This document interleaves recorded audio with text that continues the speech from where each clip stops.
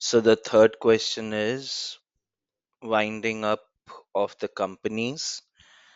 The winding up is the company's formal closure. The company ceases operations during winding up. Settling liabilities is a key process step. Assets are distributed to shareholders post settlement. Winding up can occur voluntarily or involuntarily. Initiation can be by shareholders or creditors. Courts also can order compulsory winding up.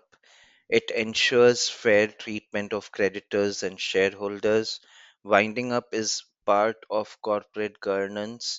A company exists the market through winding up. A company exits the market through winding up. The procedure is regulated by Companies Act 2013. Voluntary winding up occurs when solvency exists. Compulsory winding up happens due to insolvency. Liquidators are appointed to oversee the process. Liquidators handle asset realization and debt settlement. Creditors' claims are settled during winding up. Shareholders receive residual assets after debt settlement. Winding up involves legal and financial procedures. Debts are cleared in accordance with legal priorities. The company is dissolved after completing procedures. Types of winding up: voluntary winding up, initiated by the shareholders of the company, can be either members voluntary or creditors voluntary winding up. Members voluntary winding up occurs when the company is solvent. Creditors voluntary winding up occurs when the company is insolvent. Liquidators are appointed by shareholders or creditors. The company's assets are realized and debts settled. Shareholders receive the residual assets after debts. Dissolution occurs once the winding up process concludes. No judicial intervention required in members' voluntary winding up. Majority approval of members is mandatory for winding up. Second is compulsory winding up, initiated by a tribunal court, occurs due to insolvency or legal misconduct. Creditors can file a petition for winding up. Government authorities can also petition for winding up. The court appoints an official liquidator. Liquidator assesses assets and settles liabilities. Creditors are paid off based on priority. Shareholders get any remaining value after liabilities. The company's dissolution happens after legal formalities. Insolvent companies or those violating regulations face this. Third is reasons for winding up: insolvency. Companies cannot pay debts as they arise. Involves liquidation of assets to repay creditors. A major reason for compulsory winding up: shareholders may initiate voluntary winding up. A court order can enforce winding up, can occur due to long term financial mismanagement, a result of excessive debts and liabilities, often accompanied by loss of business viability. Legal obligations arise to protect creditors' interests. Shareholders petitions based on insolvency grounds. Second is unlawful activities: engaging in activities beyond the company's purpose, breach of legal or regulatory compliance, violation of contracts or laws, fraudulent activities, and financial misreporting. Risk of affecting public interest and reputation. Court may order winding up as remedy. Directors involved in illegal business conduct. Risk of insolvency escalates from unlawful activities. Company ceases operations if involved in scams. Winding up protects stakeholders and creditors' rights. Third is loss of share capital. The company has lost more than half its capital. Financial distress makes it impossible to operate. This may lead to a voluntary winding up. members' voluntary winding up occurs in such cases, a solvency declaration is required to start process. Liquidators are appointed for purpose proper asset distribution. Creditors' claims are settled post asset liquidation. This helps ensure no misuse of company funds. Shareholders vote to end company operations, example winding up due to excessive operational losses. Fourth is failure to achieve objects.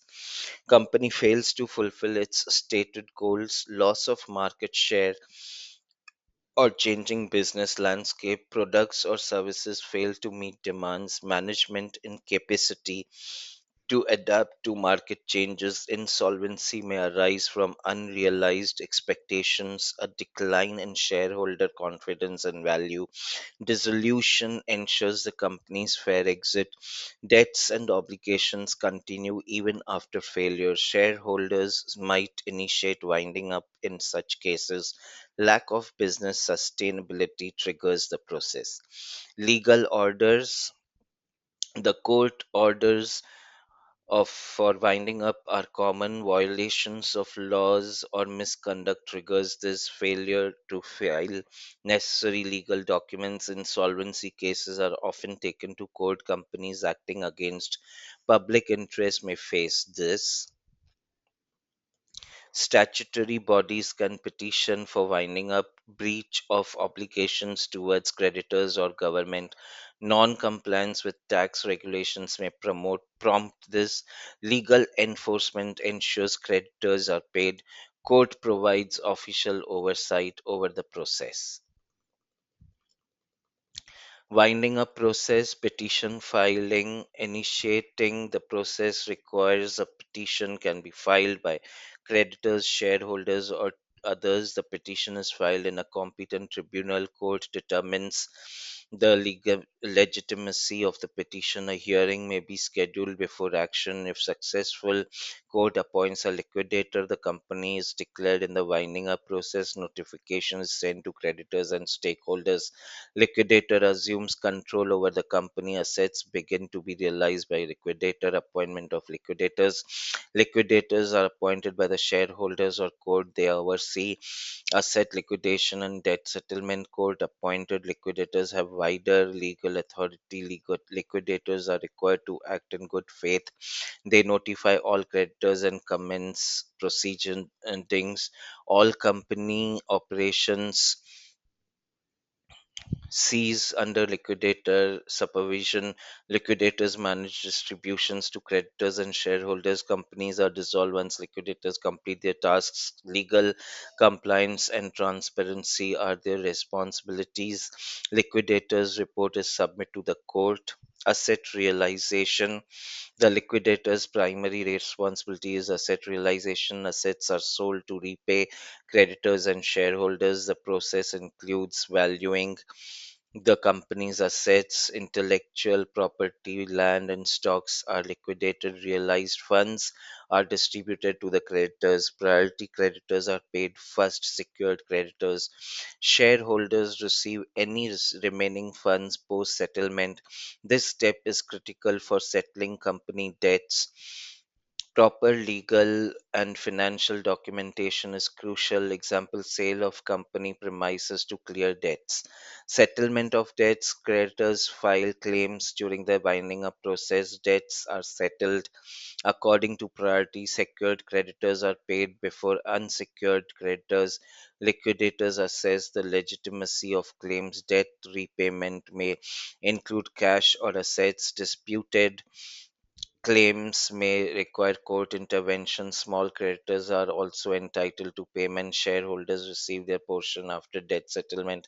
Legal disputes may delay debt recovery. A fair distribution of assets is ensured. Dissolution, the final step in winding up process. The company is legally dissolved after all debts are cleared. Any remaining assets are distributed to shareholders. The court formally orders the dissolution of the company. Legal records are updated to reflect the company's status. Creditors and stakeholders are notified of dissolution. A formal report from the liquidator is required. The company ceases to exist after this involves cancellation of the company's registration. A company dissolved after liquidation of assets. Case law of winding up.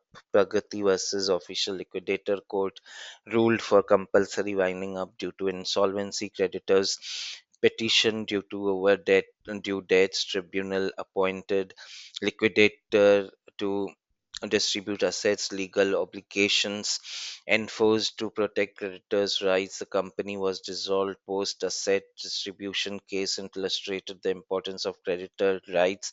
Companies failing to repay debts face this outcome. Thus, ruling and reinforce principles of corporate insolvency. Stakeholders received a fair share of company assets. A landmark case in compulsory winding up. Ravindra Kumar, State of Maharashtra Court ordered winding up due to illegal and fraud led to winding up. Companies' fraudulent activities were exposed, and liquidator was appointed. Company was dissolved, and mismanagement fraudulent acts triggered legal action. Government intervention highlighted that the shareholders had to settle the company's debts. Legal proceedings followed and emphasized the need for corporate accountability. Conclusion: winding up ensures a fair asset distribution to creditors. The process protects the rights of stakeholders. Insolvency is the leading cause of winding up. Companies must comply with legal regulations during this. Voluntary and compulsory winding up serve distinct purposes. Liquidators oversee the asset realization. Debt settlement. Winding up can be initiated by courts or shareholders. Legal proceedings must be followed for proper dissolution. Case laws demonstrate the legal precedents in winding up. Proper execution ensures a transparent business exit process.